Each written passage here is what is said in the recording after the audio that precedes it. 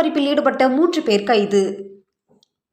புதுவையில் கடந்த 2ஆம் தேதி முதலியார்பேட்டையை சேர்ந்த கலைவாணி தனது வீட்டின் அருகே நடந்து சென்றபோது மர்ம நபர் ஒருவர் பைக்கில் வந்து அவர் கழுத்தில் அணிந்திருந்த 2 பவுன் தாலி செயினை அறுத்துக் கொண்டு தப்பி சென்றார்.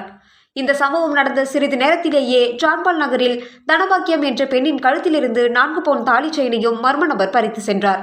இதனைத் தொடர்ந்து 4ஆம் தேதி ரெட்டியார்பாளையத்தில் சசிரேகா என்பவர் சாலையில் நடந்து சென்றபோது அவரது கழுத்தில் இருந்த 2 பவுன் தங்கச் செயினை மர்ம நபர் பறித்துக் கொண்டு மாயமானார். இச்சம்பவம் குறித்து பாதிக்கப்பட்ட 3 பேரும் அந்தந்த சரக காவல் நிலையங்களில் புகார் அளித்தனர். தொடர் செயின் பறிப்பு சம்பவங்களால் மக்கள் மத்தியில் அச்சம் ஏற்பட்டது. இதையடுத்து சட்டம் ஒழுங்கு சீனியர் எஸ்பி கலைவாணன் உத்தரவின் பேரில் எஸ்பி செல்வம் மேற்பார்வையில் இன்ஸ்பெக்டர்கள் கண்ணன், கணேஷ் ஆகியோர் தலைமையில் சிறப்பு குழு அமைக்கப்பட்டு விசாரணை நடத்தப்பட்டது. விசாரணையில் செயின் பறிப்பு சம்பவம் நடந்த இடங்களில் உள்ள கண்காணிப்பு கேமராக்களில் பதிவான காட்சிகளை போலீசார் பார்த்தபோது 3 இடத்திலும் செயின் பறிப்பில் ஈடுபட்டது ஒரே குரூப் என தெரியவந்தது. இந்நிலையில் செயின் பறிப்பில் ஈடுபட்ட நபர் அவரது இருசக்கர வாகனத்தை புதுவை ரயில் நிலையத்தில் விட்டு சென்றுள்ளார்.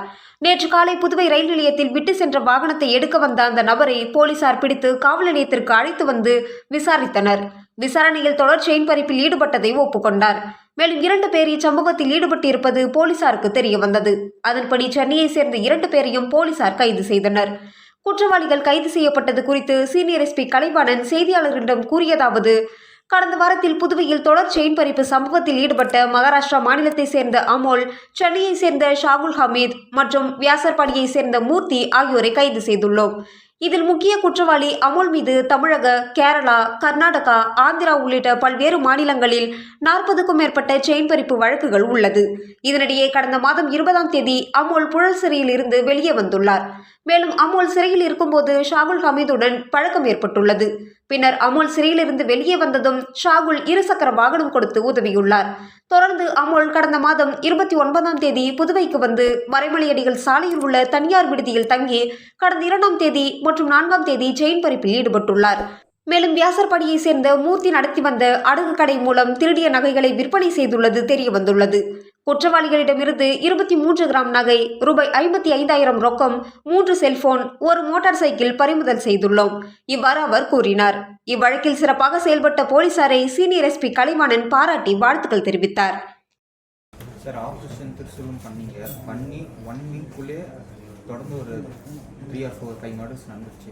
ஸோ எதனால் இது நம்ம ஸ்பெஷல் பிரான்ச் போலீஸ் யாரும் பார்க்கலையா, இல்லை அவங்க ஒழுங்காக கண்காணிச்சு நம்மளுக்கு எந்த தகவலும் சொல்லலையா, இல்லை என்ன ஃபால்ட்?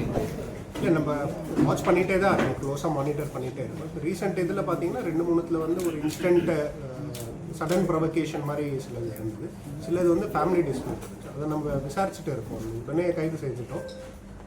வருங்காலத்தில் இது மாதிரி நடக்காமல் தடுக்கிறதுக்கான ஏற்பாடுகள் நம்ம இப்போ பண்ணிட்டோம். சார், அது ஒரு குறிப்பிட்ட டைமில் இந்த மாதிரி தொடர்ச்சியாக நடக்கும். அது நம்ம டேட்டா பிரகாரம் பார்த்தோம்னாலும் இப்போ கடைசி 5 வருஷத்தை கம்பேர் பண்ணும்போது இந்த வருஷம் மர்டர் கம்மியாக தான் நடந்திருக்கு. இந்த வருஷத்தை இது வரைக்கும் இல்லை, அதுதான் விசாரிச்சுட்டு இருக்கும். இது சிலது பார்த்தீங்க அப்படின்னா சடன் ப்ரொவகேஷன், நான் சொல்கிற மாதிரி சிலர் ஃப்ரெண்ட்ஸ்குள்ளே பிடிச்சிட்டு ஒரு இன்சிடெண்ட்டாக இருக்குது. அந்த மாதிரி நடந்திருக்கு. அதை தடுக்கிறதுக்காக இன்னும் அதிக போலீஸாரை நம்ம ரோந்து பணியிலையும் நைட் பேட்ரோலிங்கும் நம்ம இன்க்ரீஸ் பண்ணுறோம். Plus known criminals, already history sheeters, betting criminals யாரெல்லாம் இருக்காங்களோ அவங்களை இன்னும் க்ளோஸாக நம்ம மானிட்டர் பண்ணுறோம்.